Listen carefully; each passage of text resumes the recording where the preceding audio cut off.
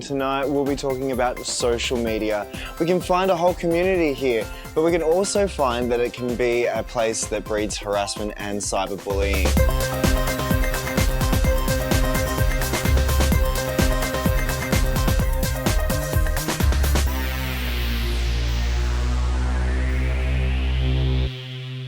Hi, my name's Dylan and you are watching Queer Young Thing. Tonight I'm joined by Anthony and Kassy and we're going to be talking about social media and the wide and wonderful world that creates. We're talking about everything from how it brings us closer together and pushes some people away and the darker sides of social media. We'll also be hitting the streets throughout this episode and finding what some happy chaps and ladies out there think and how they think that they can combat issues like cyberbullying on social media. What is the best defense against internet bullies? Block them, ignore them. It is a horrible thing, but it's something that we have to face with. I don't think there's going to be a cure to it. So I think the most important thing is to just get them out of your feed. Ignore, block them, don't pay attention, because I think that's all they want. Don't engage and report them. I don't know. Don't engage with them. Never feed the trolls. That's the number one rule of the internet. Don't feed the trolls. We'll be joined by a panel of experts a little bit later on. But first, let's talk to some young and relevant people. Anthony, what is your experience with social media? I personally haven't had any bullying myself, but there's certain, I think, applications out there that is more susceptible to getting bullying. Yep. So I find, personally for myself and my friends, Facebook is pretty secure, the security measures, and you can choose who you friend and not friend, and public and private. So I think Facebook's actually got really good settings, and I haven't heard or experienced any bullying from Facebook before. Now, Kassy, what experiences have you had on social media? Because I know from my own personal experiences, when I've just quickly, in a rage or in a freak of the moment situation, I've just posted something up and then I've kind of had to go, I did that. I put that crazy out there. Yeah, I've done that a lot. I actually accidentally came out to most of my friends on Facebook. So how do you accidentally, what did you say? How did you do this? My Facebook had been playing up and was changing my relationship status, and I wasn't seeing anyone at the time, and it kept saying that I was in a relationship, and I was like, just letting you all know I'm not in a relationship at the moment, Facebook's being stupid. And my cousin put up, oh, why don't you just say that you are, or something like that, and I was like, yeah, I'm pretty sure that the girl I'm interested in wouldn't be very happy about that. And I think I might have said the person that I'm pretty sure the person I'm interested in, she'd probably be angry or something like that. It was just the pronoun that I used wrong, and my auntie was like, oh, so you like girls? And I was like, oh, whoops, I didn't really mean to do that. It just came out just like happened. that. Well, you just came out like that. Wow. Well, I suppose it could have been worse. Yeah, it could have been worse. I actually once went to upload just a photo of my friends and I. We'd been out, just enjoying a night out, watching some bands play, and I actually uploaded a photo to my boyfriend onto Facebook, and that was on there, and then I didn't know how to take it down for a couple of hours. So that's one thing that we also have to realise, that what we put on the internet it's there for a bit. It's definitely a difficult thing to kind of avoid if you're on the internet, because there is a lot of internet bullying, and having seen some of it myself, I think a lot of people just need to not take it seriously. Anything on the internet, you just have to brush off, because there's a lot of stupid people on there and you just have to ignore them, really. Now, Anthony, what aside from the traditional social medias like Facebook and Twitter, gay men also have social hookup apps. Now, have you ever used any of those, and what are your experiences like? I think every gay male at one stage has tried Grindr before. I think there's more and more apps coming out all the time. I definitely find with Grindr, it has a positive and negative effect when it comes to using it. I think some people can be very genuine or truthful or honest, so therefore you get to meet some really awesome people and friends and whatever you want to get from that. And I think other times people can either actually lie about their age or different things. So I think it has that positive and negative aspect of it. So absolutely. Depending on how truthful you're going to be when you're using it. Oh, when you think you're talking to somebody, and then when you catch up with them, you're like, wow, you better have a great personality. That's yeah, exactly. I think also some of my friends who are you know, they're actually Chinese or Asian, I know that a lot of them get quite bullied from the app. So as soon as they find out their race, they actually get blocked or deleted straight away. So that's a little bit sad that they don't get to know their personality. That's actually really quite awful, because we exist in a community where we have discrimination and persecution ladled against us, and then I guess for the gay male community, for us to be able to turn around, or have people turn around and say, no Asians, no Indians, no fatties or femmes. I mean, that's disgusting. That's pretty. I guess it's hypocrisy at its finest. Now, Kassy, unfortunately I'm not a lesbian, so I don't really know any lesbian hookup apps or social apps. Are there any, and have you ever tried them before? Apparently there are. I've heard about something called Pink Sofa or something like that, but I've never actually used them, so I don't really know much about that. Yeah, I'll have to echo that as well. I have no idea, surprisingly. But I'm sure maybe one day I could find out. Now, have you, what's been one of the good experiences that you've taken from social media? I love social media. I'm a huge Twitter, Tumblr girl. I guess my best experiences are learning about like new things that I can go do in the real world. Like I learnt about most of my cheerleading stuff from the internet, like how that it existed on the internet and stuff like that. So very nice, very nice. And how about yourself? I love YouTube. I love like YouTube. There's a lot of gay dance groups around the world, and I think I love watching their clips and all the positive things they do on YouTube. So for me, I love YouTube. Oh, I love it all. Whether it's from YouTube to Instagram, I am a social media addict. But hey, we've got more of Queer Young Thing coming up right after this break, and we'll be hitting the streets, finding out what people have to say about social media and cyberbullying. I'm looking for the right word, but how sometimes but young people might not even realise that they're being subjected to bullying and the kinds of behaviours that constitute bullying. It is about how you learn to handle it and understand that it's not about you when you're being bullied. It's about the person needing to hurt. Move on. Next page, next web page. Make sure you hit us up on the QYT hashtag on Twitter.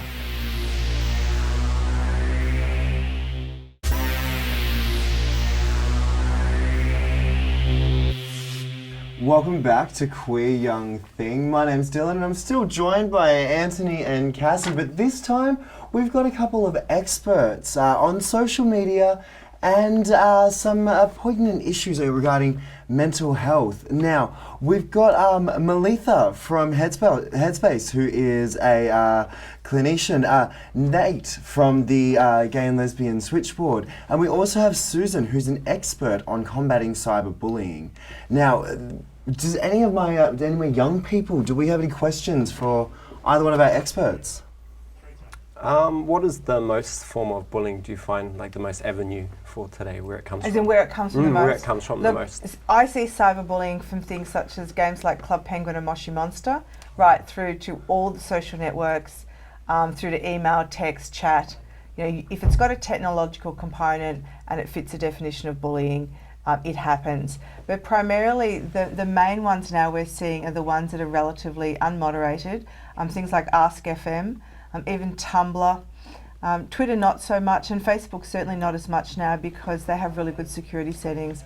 But there's another one called QMe, which is very similar to Ask FM, hideous places that promote anonymity, and of course that gives a lot of kids disinhibition and allows them to do things and say things online that they wouldn't normally say.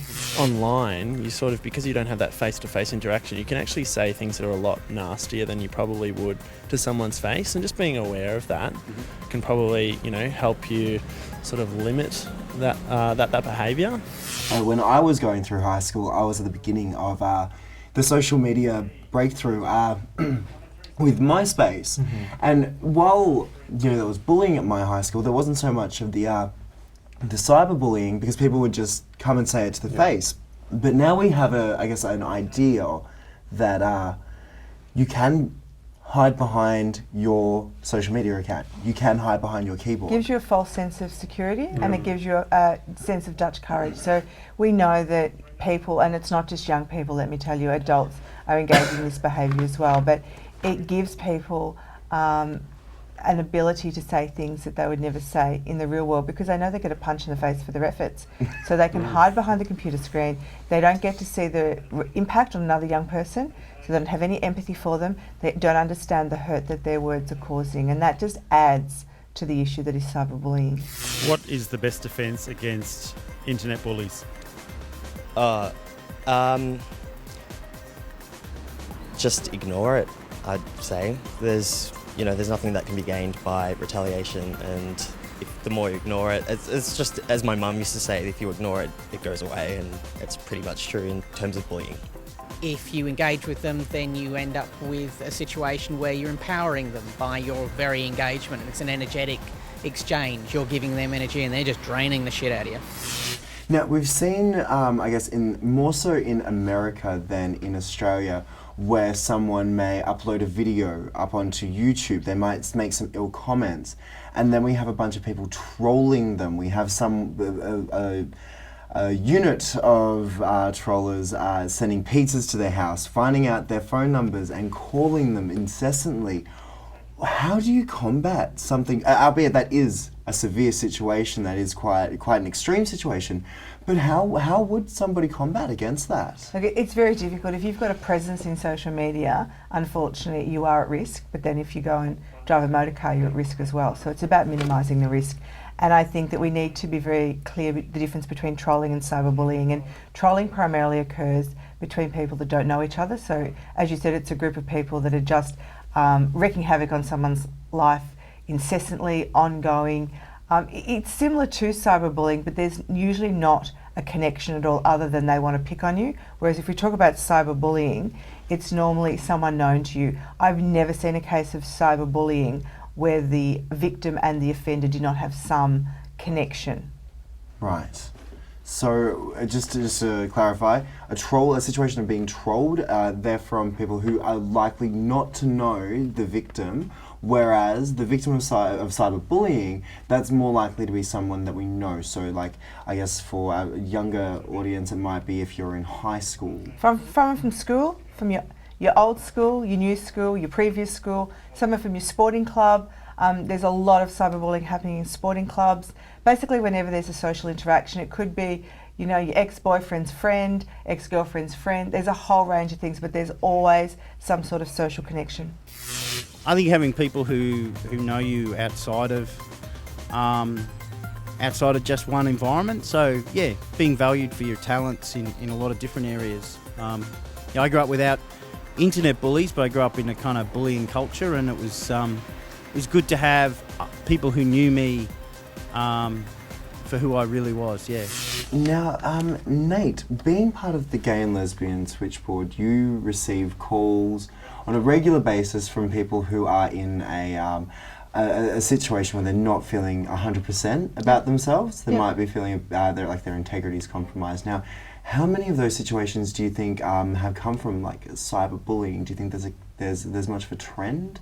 I suppose it's hard to exactly gauge how much is from the cyberbullying side of things, but I suppose with it tends to be more the younger people that are experiencing the cyberbullying, whereas people who are sort of a bit older tend to get it from workplace and stuff like that. But it definitely does happen sort of within that. But it's hard to exactly gauge how much of that is just due to cyberbullying as such. But I suppose on the other side of that, a lot of people find a lot of comfort, and a lot of our referrals to places are for social media groups and support groups and things like that. So there's sort of both sides of that as well. Now I can see you bopping along there, Malitha. Now do you want to add something into that? Because I can see you're kind of like Jumping at the bit. I got it. Headspace. Yes, log on to Headspace. But in terms of the numbers, around 61% of same-sex attracted people experience bullying. We're not really sure how much of these that. So, did you say 61%? 61, and I suspect that's a conservative estimation. And 18% experience physical violence with the bullying. We're not really sure how much of that is cyberbullying, but I think a large component is. You have to get to a point where you feel good in yourself, you feel good in what you do, and that you can actually look at the bullying that's happening in an objective way and say, well, look, this person's coming from a perspective that they know nothing about me, so they're probably just a tosspot, and I don't have to take anything that they have said to me on board. Now, Kassy, have you ever experienced social bullying, cyberbullying online for being, I guess, a lesbian or being different from the society norms? Not me, I haven't, but I think that the area I aim in social media, like where my sort of stuff is kind of in that queer-centered area. I haven't really branched out further than that, but I have had friends who have been just horribly picked on because they had all these fans to start with, and then all of a sudden people are, they mention they're gay, and all of these people are all of a sudden, oh, you're a horrible person, why would you be on here, go do something else, or worse things like than that, so. Wow. That's not a very nice situation to be in, but it's good that you haven't experienced it directly. Hey, we have got more Queer Young Thing coming up right after this. Make sure you hit us up on Twitter with the hashtag QYT.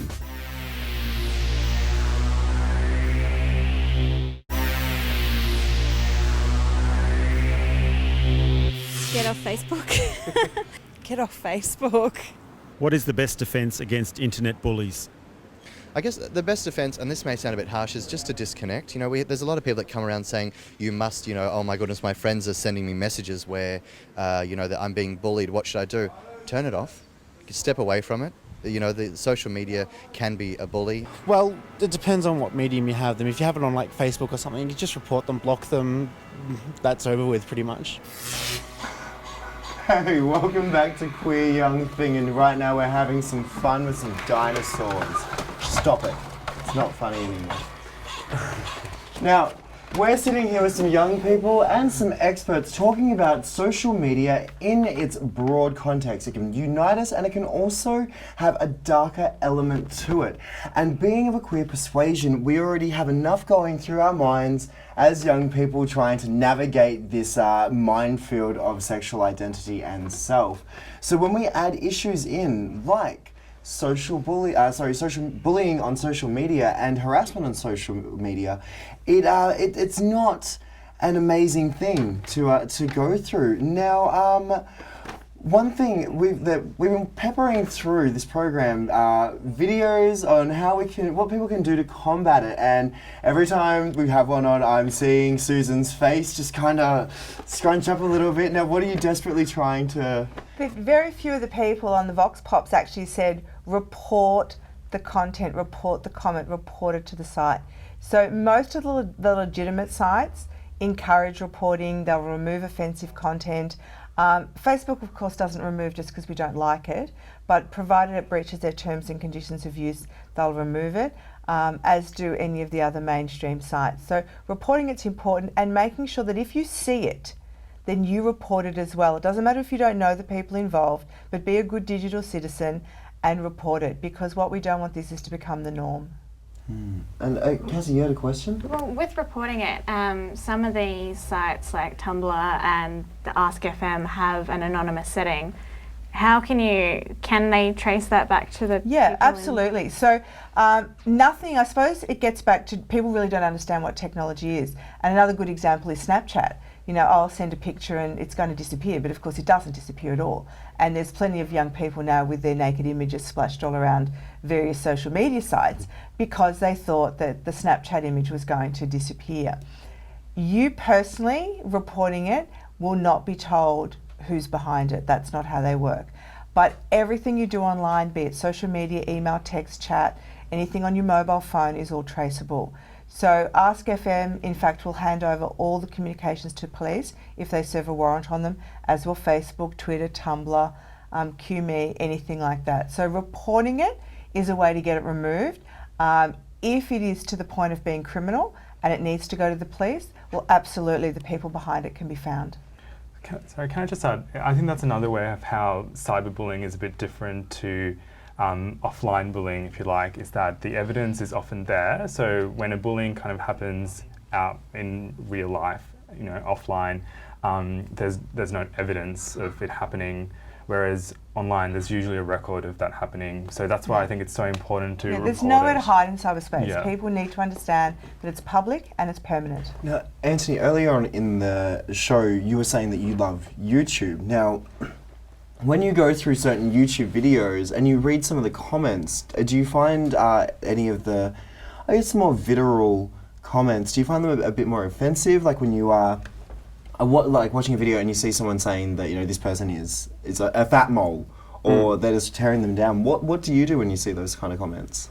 I think, you know, there is a mix of, like I said before, like positive comments come out and also negative comments come. So I think anything with online or cyber, you're still going to have both sides of positive and negative to come out. But I think as, like you were saying, Susan, before, more and more settings and security and strictures, I think we're slowly starting to see less and less negative comments, and people with more media focusing on these comments and people talking about it and standing up when it happens. I think that you can't get away with what you could many years ago. There's more awareness. Yes, people need to understand that you can't just go online and do what you want, that there will be a consequence, and often that consequence will be criminal. It's no different to the real world. It's not a lawless society, although there's a perception that it is.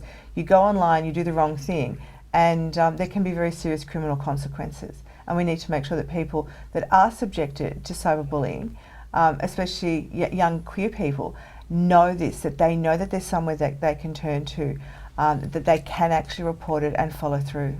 And Malitha, being part of Headspace and also utilising an online format, you've essentially, Headspace have created a safe place for GLBTI young people. How effective is, do you have forums that are in place at the moment? Yeah, so I guess the flip side too is that online and using technology is a great way of getting help as well. So there's information online, there's services like Headspace where you can talk to a mental health professional online, and you can connect to people who are similar to you online as well. And where can people find this site? What's the URL? So if you go to headspace.com, you can get a link to Headspace, which is an online mental health service where you can talk to a mental health professional, especially if you're experiencing cyberbullying or any form of bullying and that's impacting on your mental health. Yeah, there's some awesome stuff out there to connect with, and the Young and Well Research Cooperative have a great bit on their website about all the different apps, hundreds and hundreds of apps that are used in psychological counselling sessions that psychologists use that, you know, are great to tap into rather than, you know, rock up to someone in person, which isn't always easy. Best defence would probably be speaking up and having the courage to say how you feel about it. We've had bullying as long as we've been human. I think one, it's people standing up and not accepting bullying and making sure they're telling somebody about it. You know, particularly young people telling someone who is in a position to change it. Thank you so much to our panel of experts and to our young people for joining us on Queer Young Thing to discuss social media tonight. And make sure that you hit us up on Twitter with the hashtag QYT to let us know what's going on and what is trending. My name's Dylan. We'll see you next time.